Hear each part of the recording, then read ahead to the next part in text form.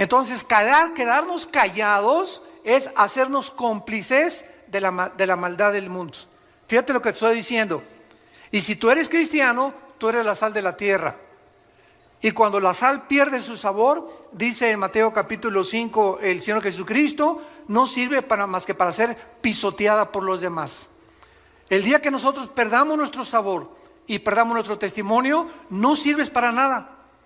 Y la misión por la cual Dios nos llamó para poder realmente bendecir al mundo es para que evitemos hablando, comunicando, predicando, testificando el Evangelio de la gracia de Dios e impidamos que la corrupción del mundo continúe avanzando con la velocidad que actualmente lo está haciendo. Hemos llegado a un grado donde ya es normal, y ese es el peor de los niveles a los que una sociedad pueda llegar, a donde nos acostumbremos que lo que el mundo está aceptando es normal. Pero lo que más me impresiona de todo esto, con el mensaje que vamos a ver de Sardis en el capítulo 3 del Apocalipsis, abran sus Biblias ahí por favor, Apocalipsis 3. Lo más sorprendente de lo que estamos viendo actualmente en el mundo es que las dos más grandes potencias del mundo,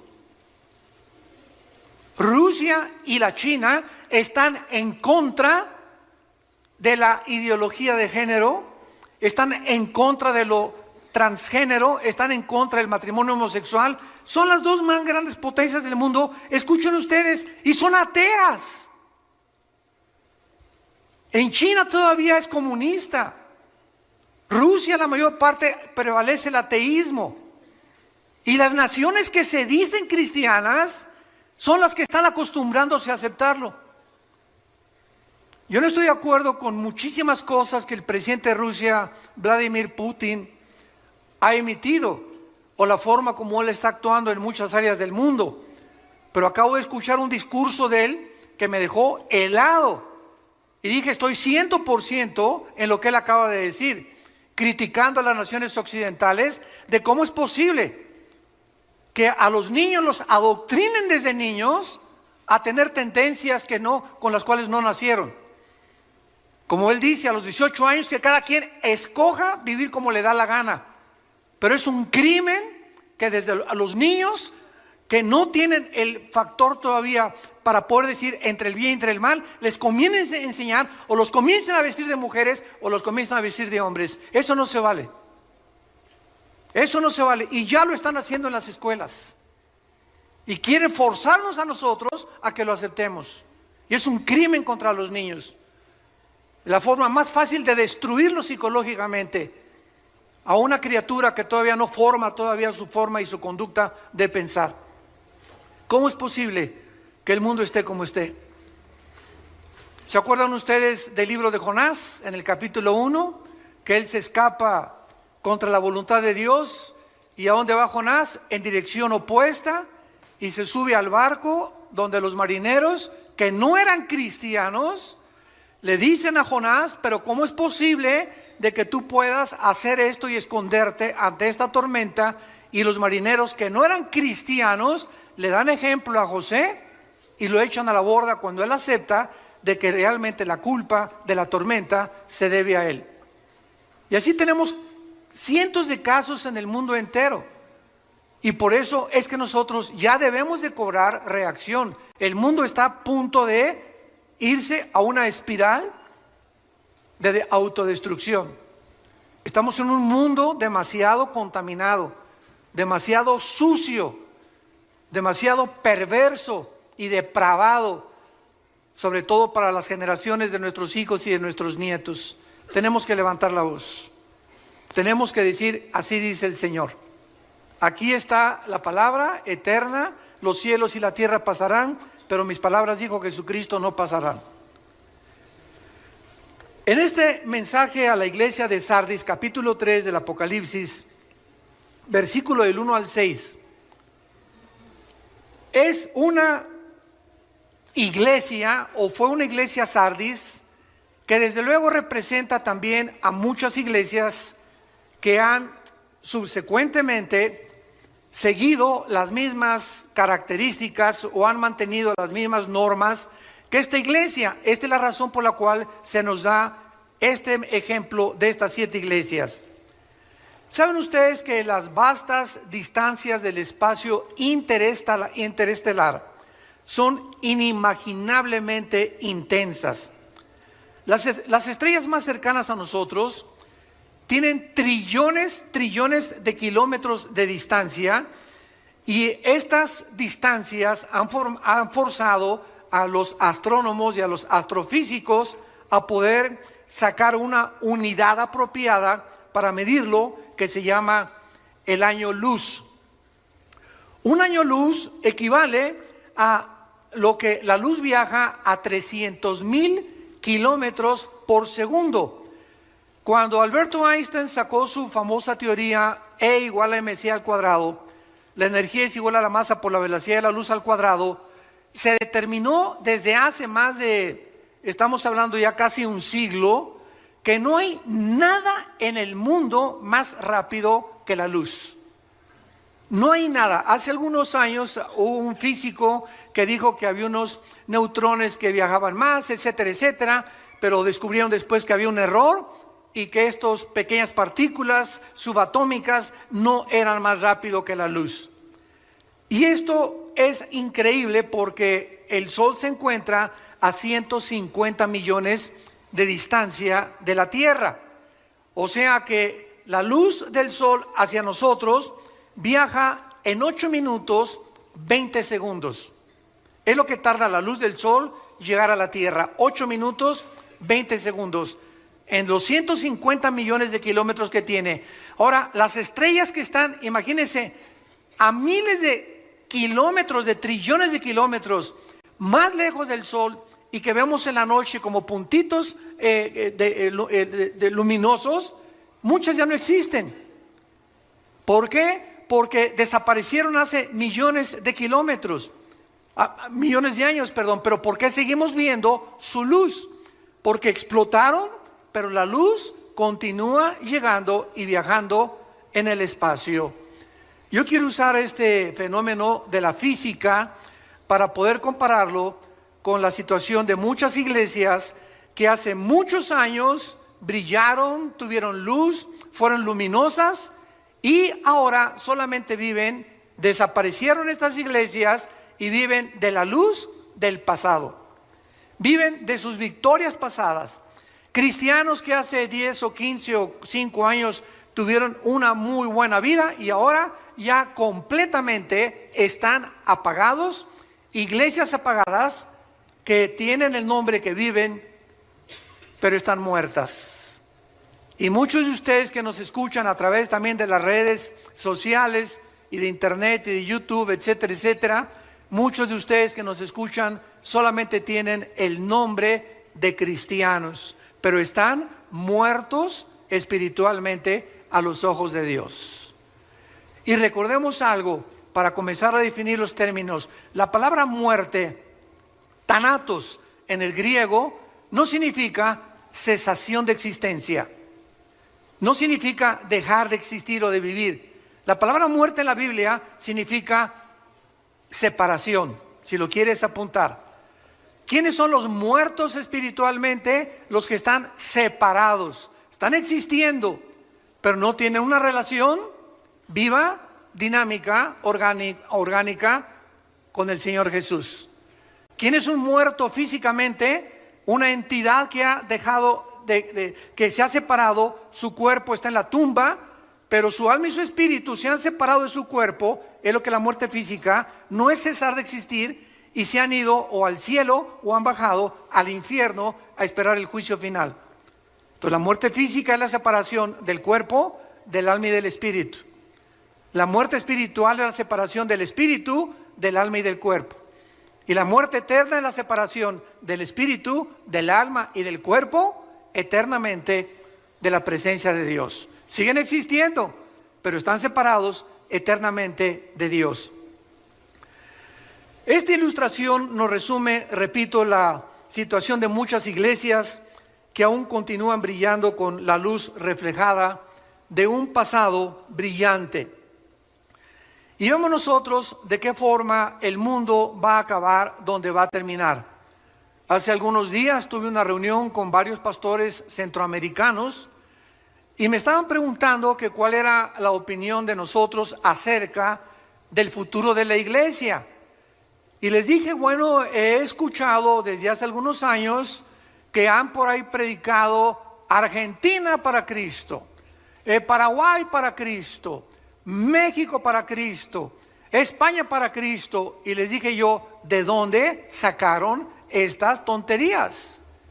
Porque en la Biblia no existe nada absolutamente de que una nación entera se vaya a convertir. Esto va a suceder hasta Apocalipsis 22 en el tiempo del milenio. Entonces la Biblia no profetiza ni tampoco nos exhibe que antes que venga Cristo la situación del cristianismo va a mejorar. Al contrario, la Biblia enseña que antes de que Cristo venga viene la apostasía. Segunda de Tesalonicenses 2, 3 y 4, antes que venga el anticristo vendrá la apostasía. Primera de Timoteo 4:1, el Espíritu dice que en los últimos tiempos muchos apostatarán de la fe. Mateo 24:12, el Señor Jesucristo hablando, por haberse multiplicado la maldad, el amor de muchos se va a enfriar. Segunda de Pedro capítulo 2, así como hubo falsos profetas y falsos apóstoles, así habrá en los últimos tiempos falsos apóstoles, falsos profetas que harán mercadería de la gente. Entonces estamos ante un panorama negro. Sin embargo, en medio de esta apostasía siempre habrá un remanente. Siempre habrá en todas las naciones, en todas las iglesias, un pequeño, muy reducido, muy pequeño de verdaderos cristianos. Y a ese pequeño remanente tú eres el que debes de permanecer y pertenecer. Ese es el remanente que Dios va a cuidar, a protegernos de todo lo que viene en el mundo. Como dice aquí en Apocalipsis capítulo 3, versículo 10, por cuanto has guardado la palabra que yo te he dicho, ese mensaje a Filadelfia, te guardaré de la hora de la prueba que ha de venir sobre el mundo. Dios va a proteger a ese remanente. Por lo que, dándonos cuenta de cómo el mundo es tan agresivo y cómo las fuerzas de la naturaleza han atacado al mundo, al planeta Tierra, huracanes, tsunamis, incendios, terremotos, etcétera, etcétera, siempre los ha habido en la historia, pero nunca habían convergido todos juntos, como ahora lo estamos viendo, uno tras otro, uno tras otro, uno tras otro. Solamente esta semana más de 62 terremotos hubo en el mundo. Nada más en 7 días. Muchos no se dan a conocer porque fueron de 3 grados, de 4 grados, de 5 grados, van aumentando, etcétera, etcétera. Pero estamos en un mundo convulsionado completamente por las fuerzas naturales de la naturaleza. Entonces, teniendo en cuenta estos factores y estas condiciones, acerquémonos a Dios. Es tiempo que te acerques a Dios con tu familia y con tu matrimonio. Es tiempo que reunamos a nuestros hijos y les demos testimonio. Es tiempo que a tu novia le des testimonio que es un cristiano. Y no la manosees, no te atrevas a tocarla antes de casarte. Es tiempo que le des a tu novio un testimonio de lo que es una muchacha hija de Dios. Porque ese es el testimonio, como dice Hebreos capítulo 13, alcanzaron por la fe buen testimonio los antiguos. Los testigos que ahí menciona desde Abel, Noé, Enoc, Abraham, etcétera, etcétera. Y este es el testimonio que hace falta actualmente en el mundo que nos rodea. El mensaje a la iglesia de Sardis dice así: escribe al ángel de la iglesia en Sardis, el que tiene los 7 espíritus de Dios y las 7 estrellas, dice esto: yo conozco tus obras, que tienes nombre de que vives y estás muerto. Sé vigilante y afirma las otras cosas que están para morir, porque no he hallado tus obras perfectas delante de Dios. Acuérdate pues de lo que has recibido y oído y guárdalo, y arrepiéntete, pues si no velas, vendré sobre ti como ladrón, y no sabrás a qué hora vendré sobre ti. Pero tienes unas pocas personas, ahí está el remanente. Tienes unas pocas personas en Sardis que no han manchado sus vestiduras, y andarán conmigo en vestiduras blancas, porque son dignas. El que venciere será vestido de vestiduras blancas, y no borraré su nombre del libro de la vida, y confesaré su nombre delante de mi Padre y delante de sus ángeles. El que tiene oído, oiga lo que el Espíritu dice a las iglesias. Sardis fue una de las ciudades más bellas del mundo entero. Fue fundada 1200 años antes de Cristo y fue la capital del reino de Lidia hasta el año 549, 550 antes de Cristo, cuando fue conquistada por Ciro, el emperador o el rey de Persia, que es ahorita Irán.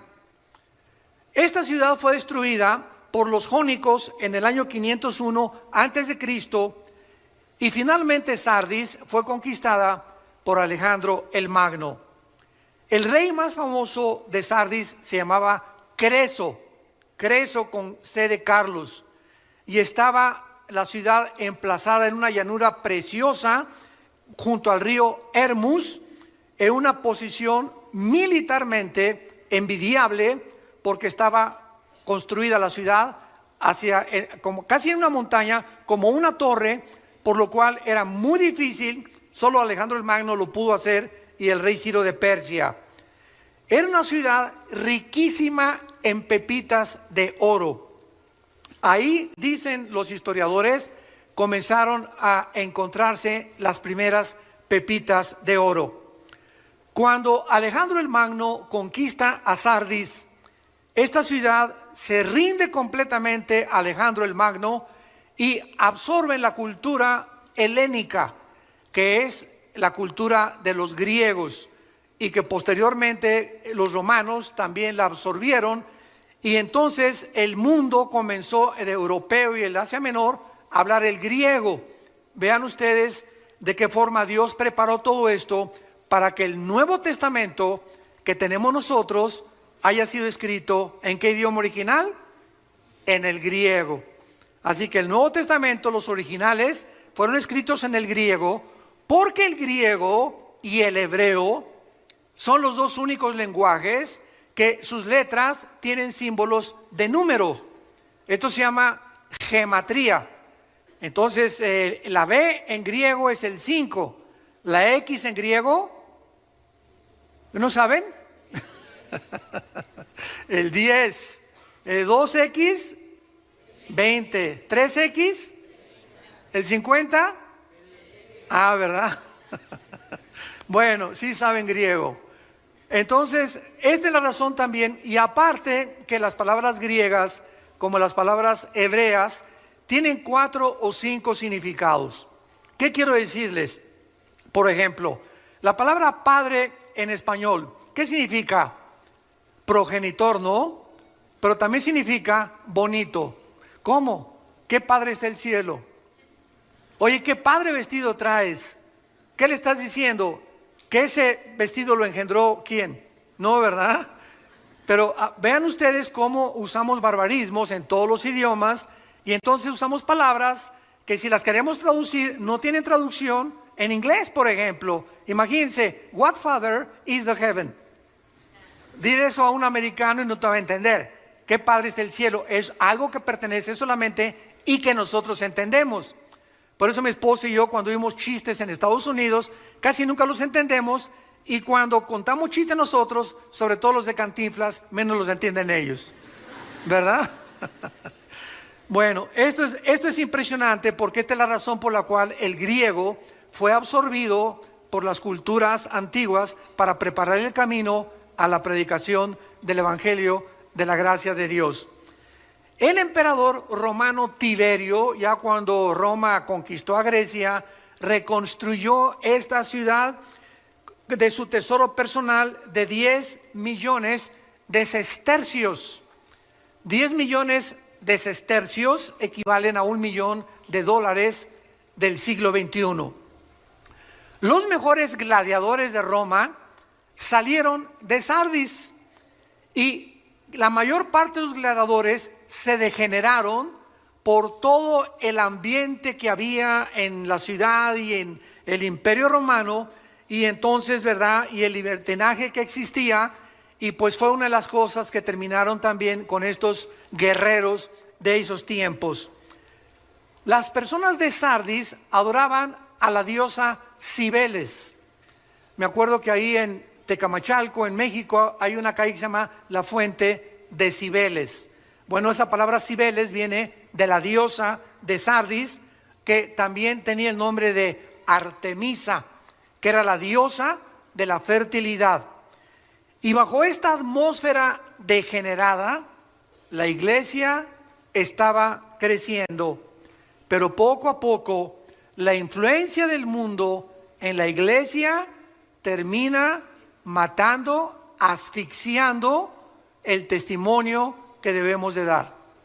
Y esta es la razón por la cual Dios escribe estos mensajes en el Apocalipsis, y de las 7 iglesias, a 5 las llama a que se arrepientan. Porque si Cristo viene ahorita saliendo el servicio, o hoy en la noche, o mañana, o dentro de un año o varios años, y tú te encuentras en la condición en la que tú te encuentras actualmente, te vas a quedar. Te vas a quedar. Porque ya las trompetas del Apocalipsis oyen en el cielo, y va a haber millones de personas que llenan actualmente las iglesias que se dicen cristianas en el mundo entero, que no se han arrepentido nunca de su vida. Las iglesias están llenas de cabritos, mazacuatas, coralillos, cascabeles y chivos y cabritos. Y la cantidad de ovejas en las iglesias es reducidísima. Entonces, esta es la razón por la cual tanta gente, oye, ¿por qué no vas a la iglesia? Ay, porque son una bola de hipócritas. Y conociste a estas personas. Es que conociste a la cizaña, a las mazacuatas y a los coralillos. Te andabas juntando con los chivos. Nunca buscaste las verdaderas ovejas, los verdaderos jóvenes consagrados, las verdaderas muchachas consagradas, los verdaderos matrimonios que quieren servir a Dios y que están luchando por sobrevivir en el mundo que nos rodea. Entonces, cuando ponemos los ojos en los hombres, se nos olvida que Jesús en Mateo 13, en su parábola famosa de la semilla y de la cizaña y el trigo, nos lo advirtió, que está sembrada en todas las iglesias cizaña. Están personas infiltradas, sin que lo sepan ellas, movidas por poderes espirituales enemigos de Dios, para hacer tropezar a las ovejas, para hacer mala influencia a matrimonios, para que de alguna forma comience el leudamiento de la iglesia. Como en la parábola de cuando se introducen las 3 medidas de harina o de levadura en el pan, y dice Cristo hasta que todo es leudado. Y ahí simboliza a una mujer como la persona que se leuda todo, porque es el símbolo de la iglesia apóstata, la gran ramera de Apocalipsis 17. ¿Quién es la gran ramera de Apocalipsis 17? El conjunto de todas estas iglesias que tenían nombre, que vivían y estaban muertas. Es las iglesias que se vendieron, que cedieron a la presión del mundo y no mantuvieron sus convicciones hasta el final. Veamos rápidamente el análisis de esta iglesia que hace Jesucristo. Número 1, el capítulo 3, versículo 1, el mensaje a la iglesia de Sardis. Y dice Jesús que Él tiene los 7 espíritus de Dios. El libro del Apocalipsis es un libro casi en su mayor parte de símbolos. Porque cuando estudiamos la Biblia, todos nosotros los que estudiamos teología, y tú que eres un estudioso más consciente de la Biblia se interpreta o se puede interpretar de 3 maneras. se puede interpretar literalmente cuando así nos lo permite la Biblia. Cuando, por ejemplo, dice la Biblia, y María conoció a José, pero estaban desposados, todo eso es literal. No nos da la Biblia una puerta para que podamos interpretarla, número 2, figurativamente. Y la Biblia se puede interpretar también proféticamente. Entonces, la interpretación en el Apocalipsis es simbólica, ¿verdad? La mayor parte son metáforas o símbolos. Y cuando dice los 7 espíritus de Dios, el 7 se repite en el Apocalipsis casi 40, 50 veces. Los 7 ángeles, las 7 estrellas, los 7 espíritus. ¿Por qué? Porque en el simbolismo de la Biblia, los números tienen un símbolo o tienen un significado. El 1, la unidad. El 2, el testimonio. Siempre se mandaban a predicar de 2 en 2. El 3, la Trinidad. El 5 es el número de la gracia. El 6 es el número del ser humano. Por eso el anticristo es 6, 6, 6, que es el ser humano elevado a la Trinidad, el ser humano elevado a Dios. El 7 es el número perfecto, es el número completo. Por eso hay 7 días. Nunca se han preguntado, pregúntale a tu maestro ateo, ¿quién inventó la semana de 7 días? Pregúntaselo a cualquier ateo o a cualquier científico. ¿Cómo es posible que se haya definido que el ser humano necesita 6 días de trabajo y todos necesitamos pararnos, detenernos cada 6 días y descansar? De cada 7 días, un día tenemos que descansar. Llámese el lunes, si tú trabajas el domingo en un hotel, pues tu lunes. Pero si no nos detenemos a descansar el día de descanso, y no tiene que ser el sábado o el domingo para los que la mayor parte tenemos la bendición de no trabajar, pero si no nos detenemos un día a la semana, comenzamos a desgastarnos mental, psicológica y físicamente. El cuerpo humano necesita descanso. Y el día de descanso, olvídate de tus cálculos, de tu trabajo, de tu carpintería, de tu taller, de tu bufete de abogados, de tu consultorio médico. Olvídate de todo, vete el partido. Bueno, ya hasta ahorita Real Madrid-Barcelona, va ganando Barcelona 1-0. Pues hay que descansarnos de todo, ¿verdad? Si puedes ir en la tarde al fútbol, ¿verdad? Descansar al parque con tus hijos, con tus nietos, irte el día a un buen restaurante a comer o taquitos ahí en tu casa. Pero tratemos de el cerebro, las neuronas, librarnos de la presión de los pensamientos, porque así nos diseñó Dios. 6 días y 1 tenemos que descansar. Muy bien, en Isaías 11, versículo 1 y 2. Veamos qué son los 7 espíritus de Dios, porque no son 7 espíritus, son las 7 manifestaciones que el Espíritu Santo tiene, y que la única persona que ha tenido estas 7 manifestaciones del Espíritu ha sido Jesucristo, el Hijo de Dios. Saldrá una vara del tronco de Isaí, y un vástago retoñará de sus raíces. Está hablando proféticamente 700 años antes de que Cristo naciera, el profeta Isaías. Y escuchen lo que dice: y reposará sobre él, o sea, sobre Jesús, número 1, el Espíritu de Jehová, espíritu de sabiduría, inteligencia, consejo, poder, conocimiento y temor de Jehová. Esta es la plenitud del Espíritu Santo. Dichosos aquellos que tienen por lo menos sabiduría, inteligencia, consejo, poder, o que tengas 3 o 4 de estas manifestaciones del Espíritu Santo. Ahora regresamos a Apocalipsis y podemos entender por qué Jesucristo dice el que tiene los 7 espíritus de Dios. O sea, Jesús poseía la plenitud del Espíritu Santo. Y este Cristo santo, glorificado, majestuoso, es el que está enviando un mensaje a un pequeño grupo de cristianos, un remanente en la iglesia de Sardis. ¿Cuál es la acusación? Yo conozco tus obras, que tienes nombre de que vives y estás muerto. Esta iglesia tenía una falsa reputación espiritual. ¿Cuántas personas se dicen a sí mismo cristianas? Volvemos a repetir, pero su verdadera condición, tal vez ante la iglesia tienes cara de San Crisóstomo. Tienes la cara de la Rosa de Castilla, de Santa Rita de Casia. No, la hermana tiene cara de monja, una cara dulce, transparente. El hermano tiene cara que no rompe un plato. Pero en su casa tiene otra cara. Y en su trabajo tiene otra cara.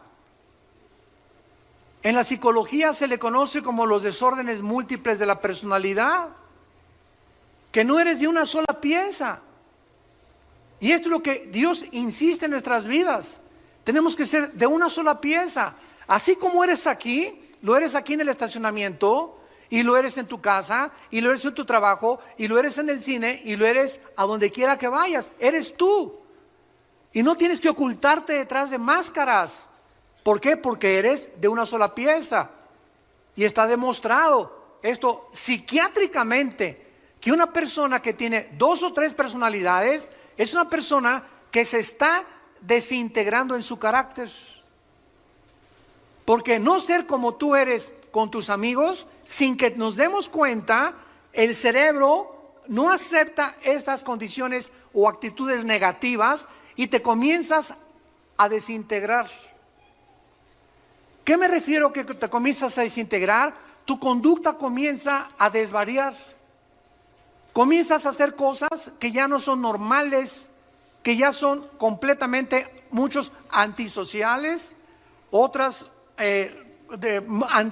inmorales, pero ya no eres la persona que eres. Y esas cosas que tú haces, no te das cuenta. Este es el engaño más grande del pecado humano, que el pecado endurece y engaña el corazón. Dice Jeremías 17:9, engañoso es el pecado sobre todas las cosas, perverso y engañoso el corazón. Entonces, estas personas llegan a la iglesia y no se han dado cuenta lo que son. Crees que eres y no eres.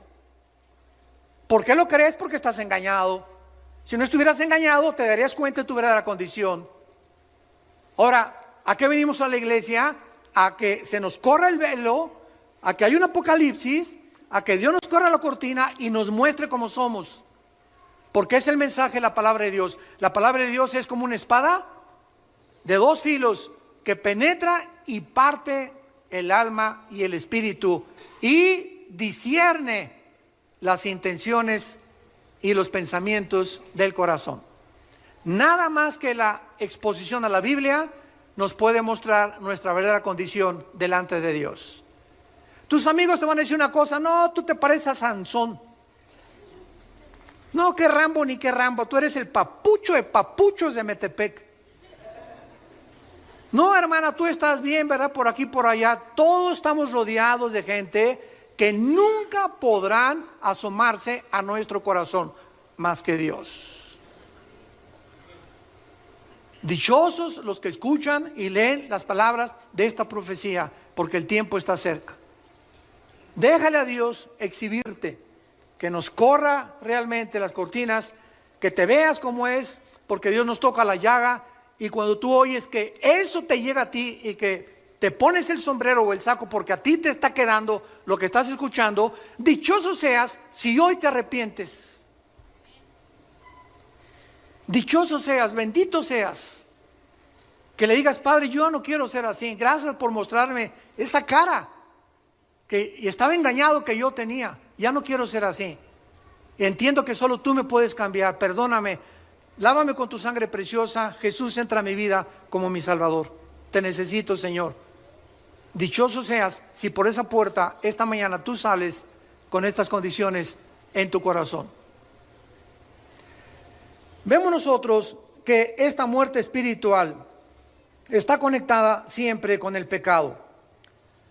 ¿Cuáles son las señales de peligro de una iglesia que se está muriendo? Porque ahorita vemos cantidad de iglesias, repito, por afuera, ¿no? Y lámparas persas y candelabros chinos de Francia. Y parecería pues que es una iglesia próspera, porque ahorita se mide la iglesia por la cantidad de gentes o por la calidad que existe en la construcción, de que es una iglesia próspera. Ese es el termómetro del siglo XXI, pero los pensamientos de Dios no son nuestros pensamientos. Y no estamos en este momento en contra de que hay iglesias grandes. Gracias a Dios las que son grandes y las que tienen la ventaja de tener un buen recinto. No estamos en contra de eso. Estamos en contra de que se enfoquen solamente en eso nada más, como lo vamos a ver a continuación. ¿Cuándo son las señales de peligro de que una iglesia se está muriendo? Cuando las actividades de la iglesia se enfocan en actividades sociales o de construcción en lugar de un cambio del corazón de las gentes mediante el evangelio y la predicación de Jesucristo. Cada vez que nosotros tenemos oportunidad de platicar con pastores, y tengo muchos amigos pastores, gracias a Dios, y somos un cuerpo todos, siempre a muchos de ellos les pregunto: ¿cuántos estudios bíblicos tiene tu iglesia? Pues tenemos la femenil el miércoles y tenemos 3 servicios el domingo. Le digo, pero entre semana no hay discipulado. ¿Quiénes son tus hombres? Le pregunto yo a mis hermanos pastores, ¿quiénes son tus hombres que tienes a tu alrededor? Tus Timoteos. ¿No tienes un grupo de 3 o 4 hombres a quienes te estés dedicando más tiempo que a todas las demás iglesias, que a todas las demás ovejas, y que los estés discipulando para que estas personas el día de mañana te ayuden a ser los pilares de la iglesia? Porque una iglesia que tiene 500 miembros necesita 3 pastores. Imposible que un pastor alimente a 500 ovejas, imposible. Aconseje, vaya a los velorios, vaya a los hospitales, etcétera, etcétera. A las 2 de la mañana contesta el teléfono que le dio un planchazo a su esposo, a la esposa. Imposible. Entonces, las columnas que sostienen una iglesia son los varones. La iglesia es un conjunto, se les llama en el Nuevo Testamento ancianos. No de edad, porque es la palabra presbúteros, ancianos, sino líderes espirituales que nos ayudan a los que levantamos iglesias a poder delegar las responsabilidades, porque si no lo hacemos acabamos en el psiquiátrico. Entonces, si una iglesia no tiene estudios bíblicos y no está discipulando entre semana a las iglesias, es una iglesia que ya se le olvidó el mandamiento de Mateo 28, 19 y 20, la gran comisión. Todos se lo saben de memoria. Muere Cristo y sube al cielo y dice: toda potestad me es dada en los cielos y en la tierra. Id y predicar el evangelio y hacer discípulos en todas las naciones. ¿Qué es hacer un discípulo? Hacer seguidores.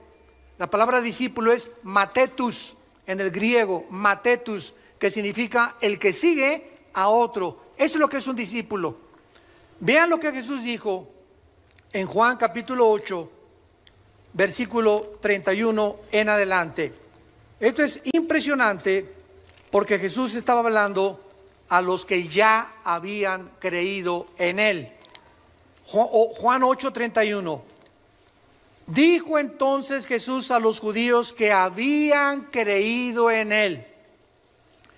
Y las iglesias cristianas pues están llenas de personas, porque si no, no irían, que dicen que creen en Jesús.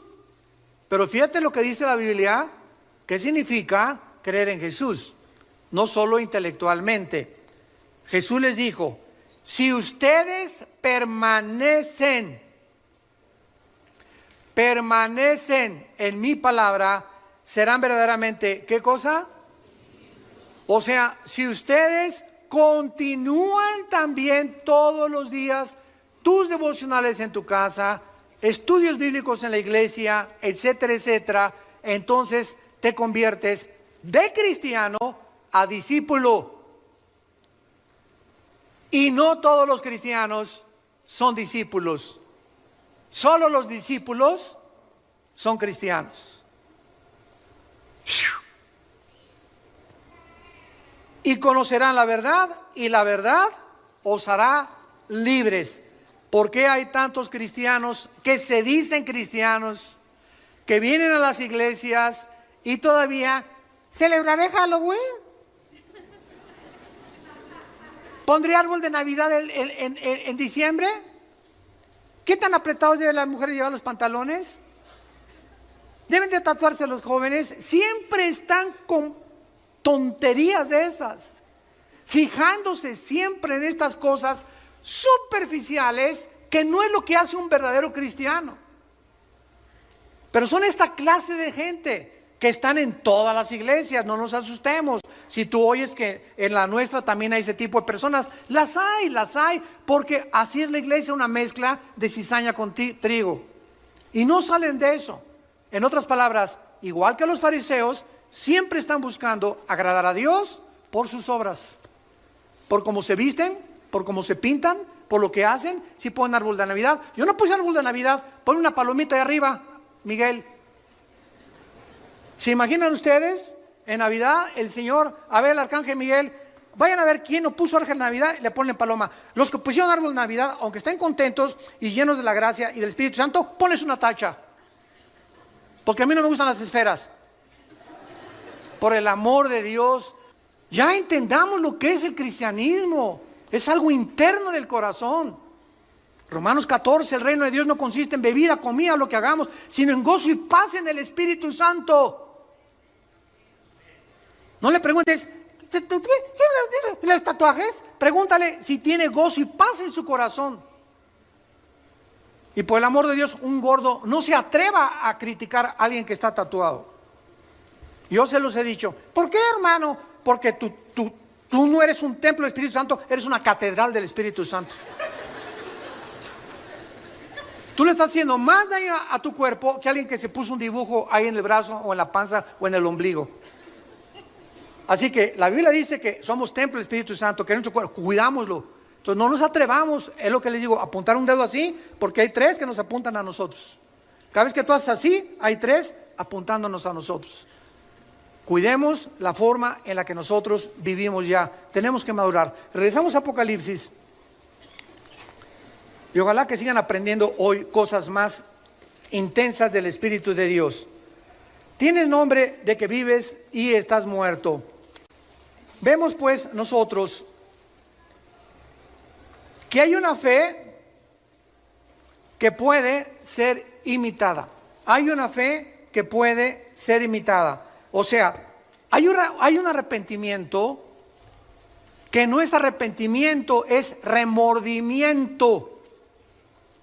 Y veamos nosotros en 2 Corintios capítulo 7 la diferencia entre el remordimiento y el arrepentimiento.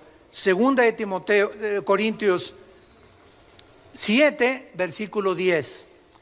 Porque la tristeza que es según Dios, o sea, cuando realmente nuestra tristeza es el fruto de que Dios está trabajando en nuestro corazón, produce arrepentimiento para salvación, de que no hay que arrepentirse, pero la tristeza del mundo produce muerte.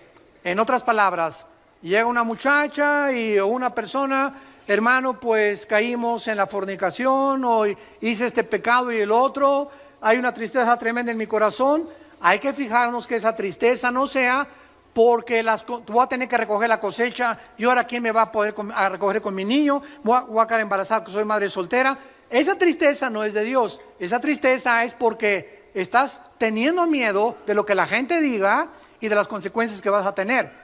Pero cuando nuestra tristeza es, Señor, te he ofendido, no me importa lo que la gente diga, quiero tu perdón. En ese momento sabemos que somos perdonados, 1 Juan 1:8, porque la sangre de Cristo nos limpia de todo pecado, y de ahí en adelante ya no vivo con vergüenza, porque no tengo que arrepentirme. Ya me arrepentí y lo creo, porque la sangre de Cristo tiene poder.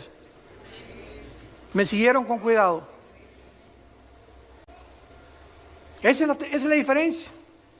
Judas se arrepintió. A ver, aquí tenemos a dos hombres, a Pedro y a Judas.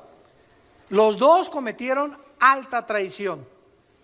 Los dos negaron a Cristo.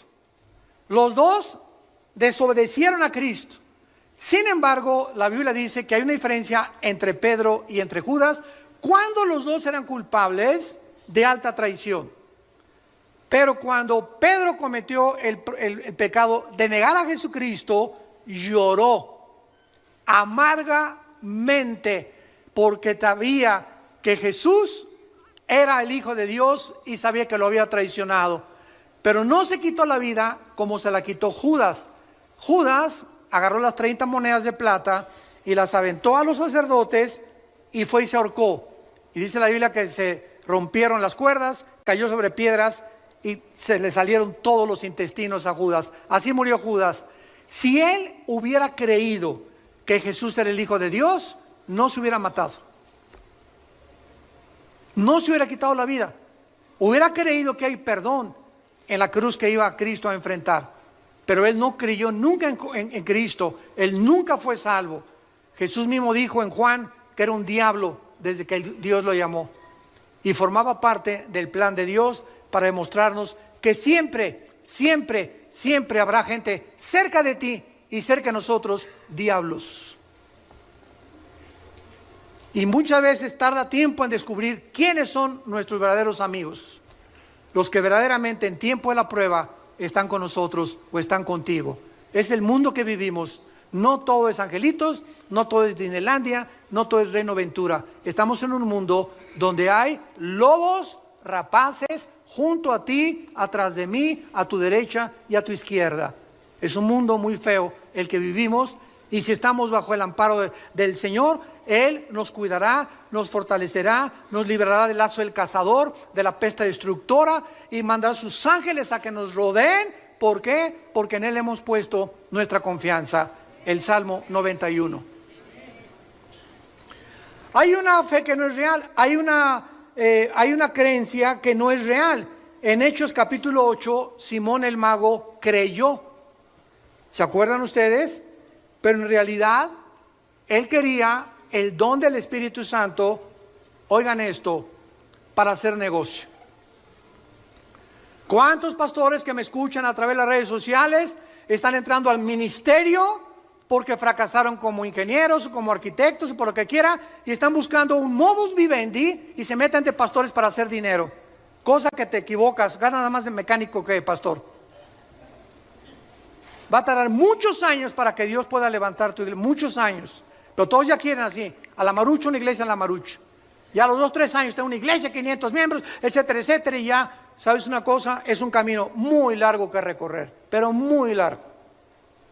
Nosotros los 3 años cuando Dios me llamó al ministerio, estuve 3 años viviendo con indígenas entre Guerrero y Oaxaca, de misionero, durmiendo en el suelo, tapándome en pisos de adobe con periódicos, y mi cojín era un ladrillo envuelto con 3 o 4 periódicos del Excelsior de aquel tiempo, y del Esto, y de la revista Alarma, que también se vendía en aquel tiempo. 3 años, y después 4 o 5 años de muchísimos padecimientos y una pobreza impresionante. Así que no es de la noche a la mañana cuando Dios nos bendice. Dios bendice la perseverancia. Y pasan muchos años para que tu corazón sea probado, que tú realmente eres un hombre y una mujer de Dios. Y en las pruebas lo vas a manifestar. Hay una santidad que no es real. Joás, el rey de Judá, se recubrió con un manto de santidad irreprochable, ¿verdad? Y Judas, ¿quién más que Judas? ¿Quién se iba a imaginar en la última cena cuando Jesús dice, uno de ustedes me va a traicionar? Nadie de los discípulos ni por acá les pasó que iba a ser Judas el traidor.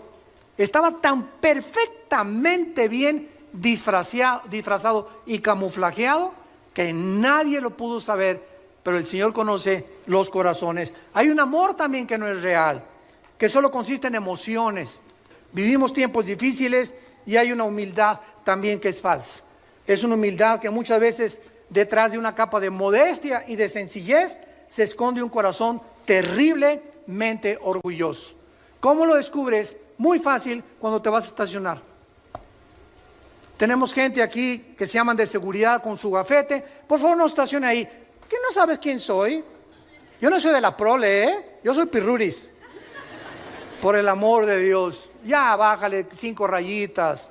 Claro que sí, mi comandante, usted, aunque no traiga, sea policía, lo obedezco porque trabaja para la iglesia, usted sabe lo que está haciendo y obedecemos. En estos pequeños detalles nos damos cuenta cuánto hay dentro de nosotros de orgullo y de falta de humildad.